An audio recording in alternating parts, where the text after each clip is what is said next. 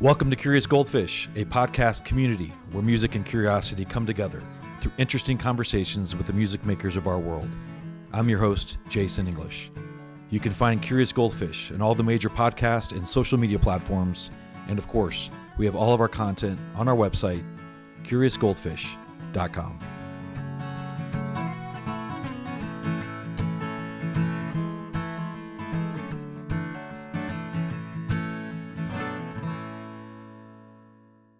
Shayfer James. Hey, Shayfer, it's so nice to meet you. I really appreciate your time.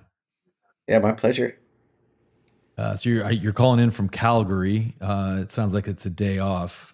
Your album, when we're at the time of this recording, which is early June, we're about a week away from your the release of the new album. I guess, what do you have planned the day of the release, and then the rest of the summer to talk about it and to promote it? Yeah, I mean, there's normally, a bunch of touring around an album, and I've been doing because 6 of the songs have already come out. I've actually been touring like in support of the album in advance of the full release. So I did 26 dates in the US with the full band, and now I'm doing 20 dates here in Canada. And then in September, I'll go over to the UK and EU to tour in support of it then. And also all those, other things that you try to do to support, social media. And I have a really incredible um, fan base and Discord and Patreon who are really passionate about the music. So it kind of it increases my ability or more even more reason to communicate with them in like fun and lovely ways. So that's always really awesome too. Yeah, your social media game is awesome. So I don't know if that's all you or if you have like a whole team, but it looks like you have a whole team. So credit Um, to you or whoever helps you. Thanks. Yeah, I mean, I personally think I'm pretty bad at it, so thank you for saying that. It's it's one of those things where it's a necessary thing to do, and I try to do it authentically is all. So that it feels real for me, and I'm not just doing things to do them or jumping on any sort of trends or things. That's really not me. But for sure, I have a lot of folks that I see what they do, an artist that I've collaborated with, Sparkbird. They're just so good at social media, and while I do it differently, it's good to see how they do it and do it and make it fun. So it's really inspiring. And for sure, like Tamara and folks at Network are really, really helpful, especially when I'm on the road. Not so much with like doing it, obviously, Mm. but with kind of helping me get a schedule around it. Because when I'm on tour, especially solo, there's not a whole lot of time in the day to really think mental capacity for it. Well, again, I'm no expert. That's kind of why I'm doing this podcast, because I am curious about a bunch of different things Yep. related to the music industry. But it's got to be a different brain function to go from performing art and theatrics and singing songs and playing instruments to the business side of things of booking hotels and things like that. Then also a Yeah. little bit of the creativity and business of the social media. I mean, how hard is it for you to make the swivel chair pivot? Yeah, it depends really. Most of the time it's pretty easy to move in and out of it. I think these solo tours when I'm just by myself, Mm, and sort of like when I'm in new cities or countries where, you want to, prove your ground first and kind of do everything yourself. That can be rough because I'm driving, you're slinging merch, you're playing shows, it's super DIY, right. whereas like when I'm the full band or on a headline tour, it's there's a merch manager and folks that where I can take time to do that stuff, and Mm, people who drive, and so I'm not doing all of it. So if it's a solo tour and you're really like a road dog and you're like a road warrior, it's a little bit tougher to pivot, especially because days off are really just about getting organized and kind of resting your brain, a bit. So it can be tricky. yeah. Well, you mentioned being authentic on social media. I do want to ask about something that you posted. I think it was earlier this spring, late winter, early spring, as you sort of embarked on the new music and promoting that and things like that. And the message was really striking to me. It was almost like you said, "Hey, everybody, feels like we're entering a dark period, and I'm Hmm. about to promote music." And Yeah. I kind of felt like you were halfway, not apologizing, but it's like, "Hey guys, I'm out here promoting music, but I realize that there's a lot of weirdness going on right now in the world, But I'm here. I've got your back. Hopefully, we can kind of get through. I guess what was the context of that and your intention with that? Yeah, I think, it's dark times, and I feel like, um, you know, I'm really grateful to have fans anywhere at all, but I also know a good number of them are feeling like a little scared right now, especially in America, I'm sure. And that can be daunting. And I decided really not to go into too much stuff, the fire and brimstone of the world right now, and really just focus on the art, and Mm, creating and being positive and positivity. I know that's a focus of yours. Um, and but just a reminder that, it's not like I'm not paying attention to it. I think in this sort of algorithm structure world, it can feel like there's two sides. There's just like you're seeing photos that absolutely make your heart explode with horror, and then somebody's like, "Hey, come see my show," and I think that it's important to realize that artists that maybe aren't talking about it explicitly because it's everywhere already, and maybe you don't need to hear it from them. yeah, I'm very dialed into it. I just feel like it's more important that I speak and connect through my art right now than by sharing memes and things like that, because there's so much of that already, and right. I think it's just overload. It's in all my feelings about all the things are in my music. So I think being present in my shows and being positive and reminding people that I have their back, especially if they're feeling particularly scared, is the more important thing to do. Yeah. So when you were going through the U.S. leg of the tour, I think you came through Atlanta here in April. You know, the what was the vibe from the Americans? Do you have a moment or a conversation or a reaction that has stuck with you? During this period.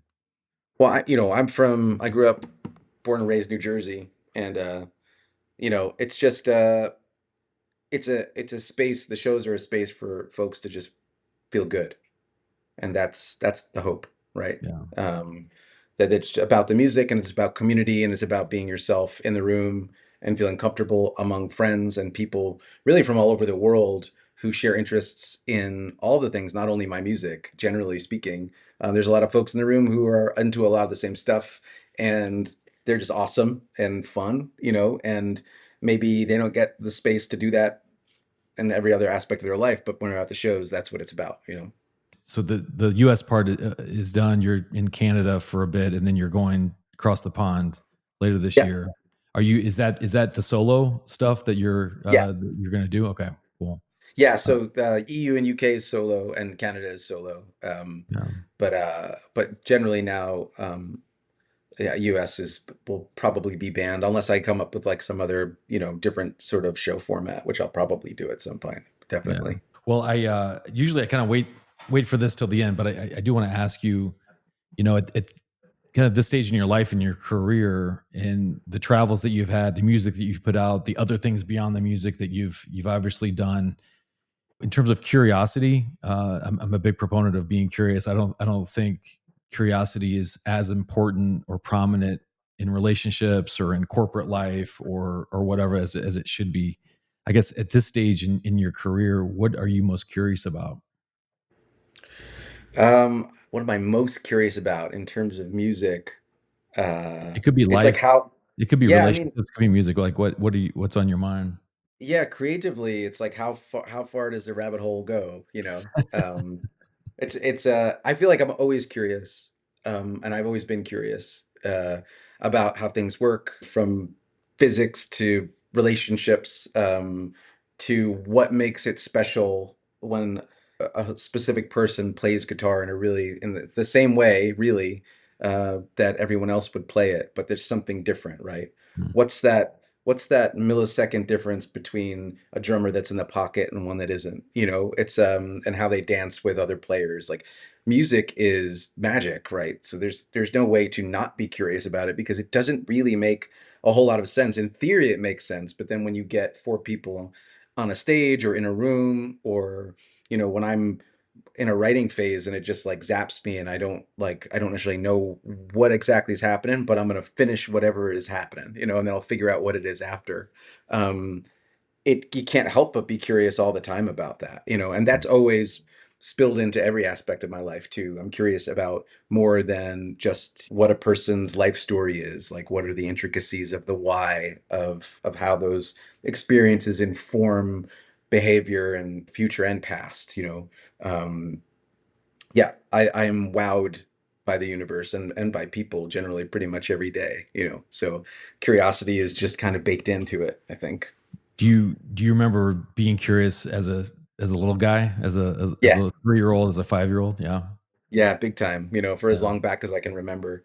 Yeah. And my mom will attest to that, just sort of, but in an analytical way, right? Whereas my sister, I grew up with my sister, is I don't know, more like a cloud, you know. I Mm. was curious as to why, like I would get into the dirt, as to the why of things, you know, and still am that way in a lot of ways, but a little bit more open to just letting things be than I was, you know, 10 years ago, for sure. Yeah.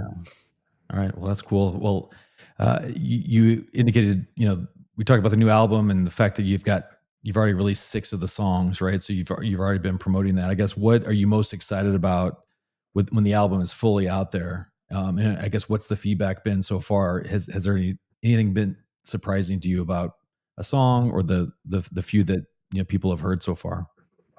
Yeah, well, what's been really surprising to me is on the tours that the music just sort of recently came out, and some of it only a couple weeks before I went on tour initially, and folks already knew all the words and were really psyched to hear the songs, and that felt really special to me, because while I love that folks love older music and always will, it's really nice when something new comes out of you and people grab right onto it, so that's been really really exciting.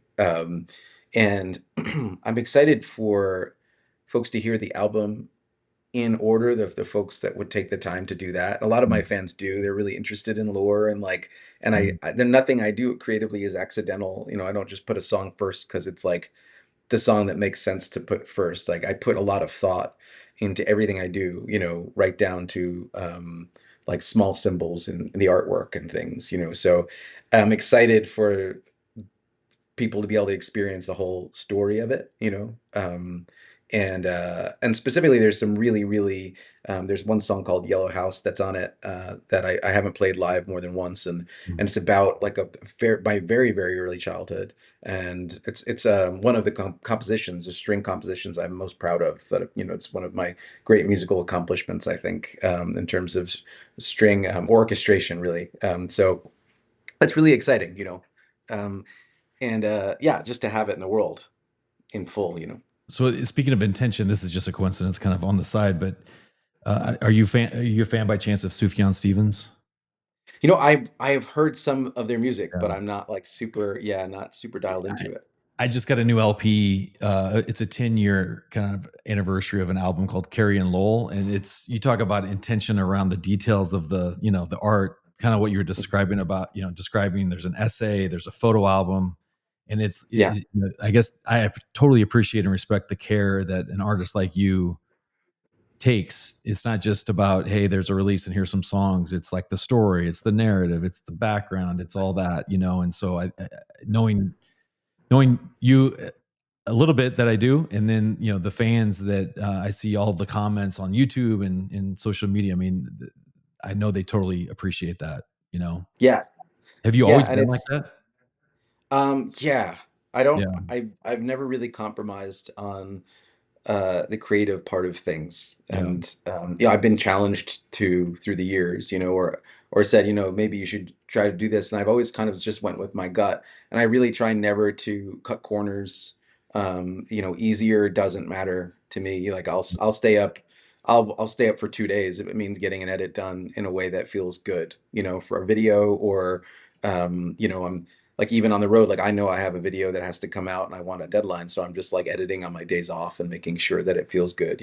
I need to start letting go and letting some other folks do some stuff for sure because it's only so sustainable. But it's really important to me to have an eye and hand in these things because it's so special to like really have my hands in the dirt of the process in every aspect, and the folks that I really trust to help, a lot of them are some of my best friends, and have been my friends for decades. So since like high school, it's wild.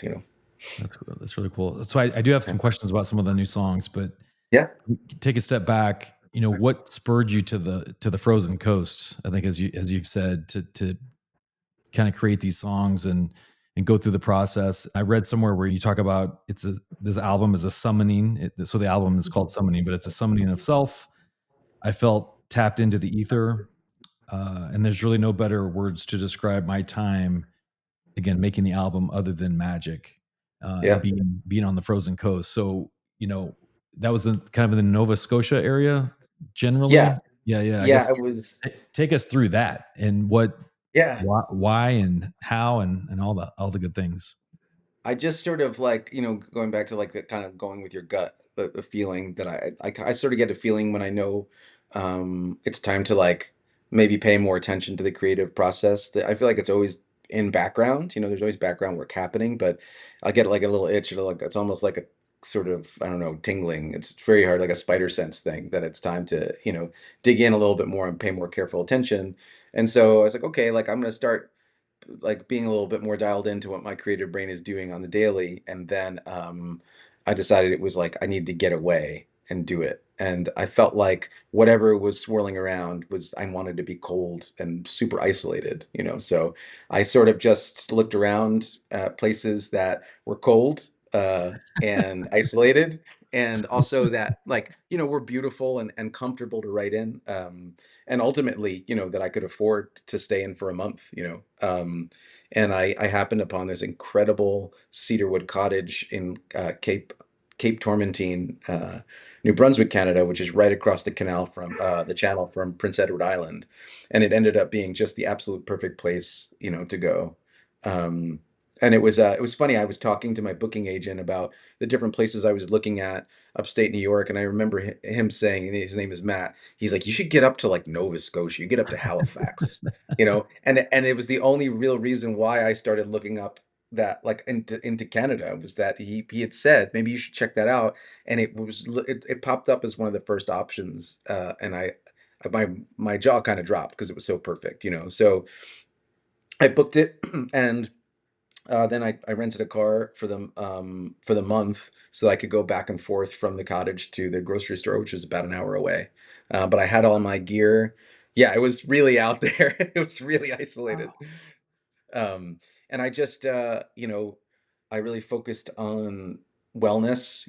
I kind of eliminated gross foods and alcohol and stuff from my daily, and just was really focused on listening to my creative brain, and it just sort of poured out of me. It was a really beautiful time. One of my favorite creative times of my life. And it has inspired me to when I'm ready to try again, maybe in a different climate. Like maybe I'll do the desert and see what that does. There's not too many people that actively seek out being cold, actually frozen and Yeah, isolated. I guess yeah, how do you explain that set of circumstances and was it, you said you following your gut a little bit. yeah. What do you think led you to that conclusion to do that? I couldn't tell you, man. I don't know. Sometimes Yeah. I just, I get a feeling and I'm just gonna follow it. But I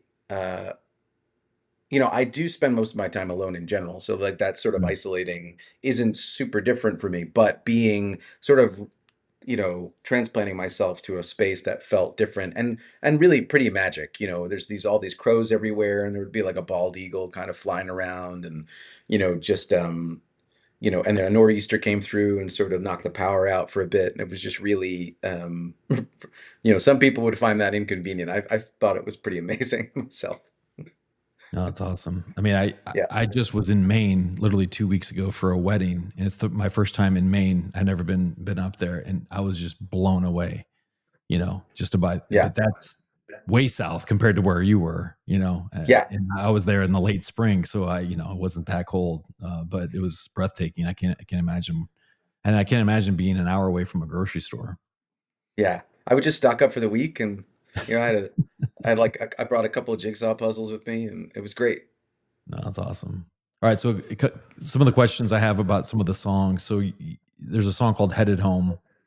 I think you said you wrote that in 20 minutes, Yeah, and that it's about unconditional love, no matter your past, your present, your future, the scars that you have, the baggage, all those things. I guess what's the context of that? Where was that born from? Yeah, I actually wrote that. That was one of the few songs I didn't write up in Canada. I'd written that in 2023, 2022, maybe, like summer 2022, and I'd always wanted to record it, and I just hadn't like felt a home for it yet, like, for lack of a better term. But yeah, it was really, I was just kind of like thinking about what that means for me without going into too much personal detail. What it means, what it would mean for me to feel at home with someone. Mm, And have I felt that before? And I think that I have, but like what it means in the different phases of your life and what it means to be vulnerable and to sort of like, yeah, just like show it all, and the vulnerability of it being okay to be accepted for exactly what you are. And it also to be okay if you're not, and that maybe that's not a right thing for you, but in this case, it really being an analysis of that through writing. I think I don't, like I said before, I don't necessarily know what's going on when I'm writing. In this case, I just grabbed my out of tune acoustic guitar that I don't play very often, but felt like I wanted to play guitar, um, and I also don't know like that many chords, on the guitar.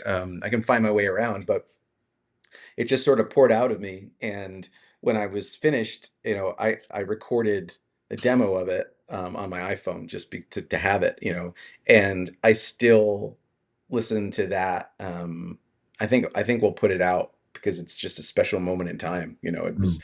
I recorded it about, what, 5 minutes after I wrote it, um, so it feels, I really love the album arrangement, but it feels kind of special to have captured that sort of thought exercise that I was having. I was sort of just having a lot of feelings and felt like I needed to let them out. That's awesome. Another one is, One Foot in the Grave, which again, back to the social media, when you released that, you said this is for you guys, the Yeah. fans. I guess, is that because it's, there's a message of hope and inspiration that, life is short and, take advantage of everything? Is that it, or is it something else? Yeah. I mean, yeah, it was when I started it. Um, I actually wrote the piano part first when I was up there, and I wrote it based around a loop I had recorded. I thought it was this really cool sound a couple blocks from my apartment of a pile driver like slamming some steel columns into the ground, and so I recorded it at three different distances, and then went home and made a loop out of it. And then I had like done like a some sort of piano part around it, and then when I got up to Tormentine, I I dug into that a bit, and as I was writing it, um, that I wrote the verses first, sort of like the first two verses together, sort of like stream of consciousness. And then I was like, when I was looking at the words, I said like, this feels to me like a lot like it's it's some sort of like it's okay. Like I have been alive a bit longer than a lot of my fans, and Mm, like I think that that message of it being like, yeah, you're okay being exactly who you are. um, it's hard to keep hope, going, but it's worth it, because I have. And it's dark, but what are you gonna do? Sometimes you just have to just let yourself be yourself and let yourself have those feelings. And that's really when as I was finishing, I wrote the chorus. I got really excited about it, and I kind of knew it was for like a love letter for them. Saying like I appreciate them in a way that's like totally collaborative. With the way that they appreciate me. I think. yeah, that's amazing. I love that. So some of the themes from the album that I got some of the lyrics and listen to some of the songs that are out, obviously, but inner conflict and duality. You talk about inner demons, inner villain, versus other things that are sort of the opposite. The weight of the past and some regret, mortality, like we just talked about with One Foot in the Grave song. Search for meaning, belief, and hope. Are these things kind of resonating based on your recollection of writing some of the music? Yeah, I think a lot of the times I say this a lot at my shows that I don't know what songs are about until they're over, or Until they're certainly finished. until Yeah. they're like mid-cycle. Mhm. But for me, I look back at like my previous album was Shipwreck was really about a letting go of a lot of dark and heavy stuff, and entering in. I really see summoning as like, chapter one of book two of my life, and that the rest is sort of like it has its place, and I'm in love with all of it, and I'll stand by all the creativity and the life that I've lived, but it feels really important. That feels like a reset, and the album I feel like is just a translation of that and came really naturally around hope and self-acceptance, and yeah, it feels more positive to me because I'm a more positive person now than I Mm. was when I was writing Counterfeit Arcade or, any of the previous albums. And it goes back to that curiosity and where it lives, right? Like, Yeah. my curiosity now is like, how do I become a version of myself that I'm really in conversation with, and that I'm learning more about every day, not only creatively, but through love and through adventuring and exploring and all the things that I've been doing lately. And I think that all sort of translates into the album.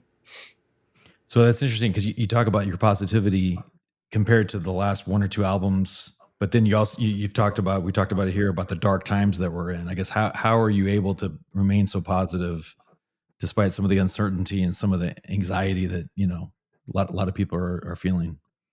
Yeah, I think that's a little bit baked into my stubbornness and my belief that like that there is an inherent good in humanity. It just gets all muddled by Mm. power structures and people who are actually quite small. And I also was raised by my grandfather, or by my grandfather and my mother, but my grandfather was like, as he called it, the school of hard knocks. This guy was through everything. He was a prisoner of war. He raised two kids single with three jobs, and he was poor. He was born in a cold water flat in, Hell's Kitchen.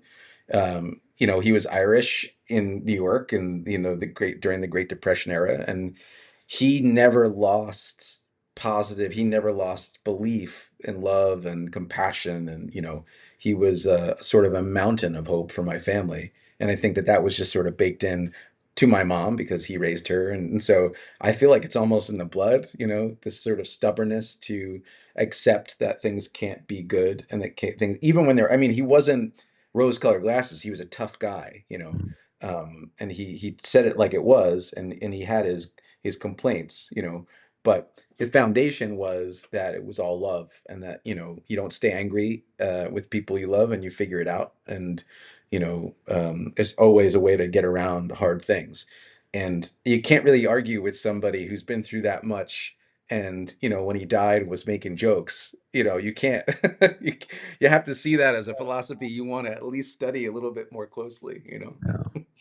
Well, in the One Foot in the Grave song, you've got that repeated line, love wins, love Yeah, wins, love wins. Yeah. yeah, and it's that came really naturally. I wrote that bridge section while I was like making coffee in the morning. Was like when I was finishing that song, and I sent it to a friend of mine who I've known forever, and he was shocked that I used that phrase.